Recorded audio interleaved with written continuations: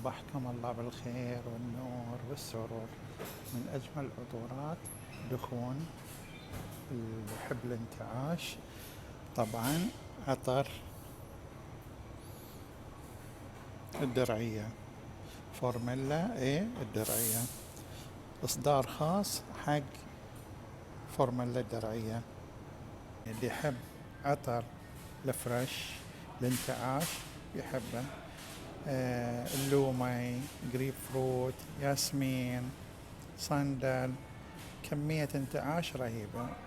عطر كمية انتعاش حلوة. اللي يحب عطر بلو شانيل تقريبا هذه مقارب له بالانتعاش ماله. علي بالعافية وعليكم بالعافية إذا خذيتم منه. جربوه، قولوا لي رأيكم، يهمني رأيكم. أنا عن نفسي عجبني، باقي نشوف رأيكم انتم.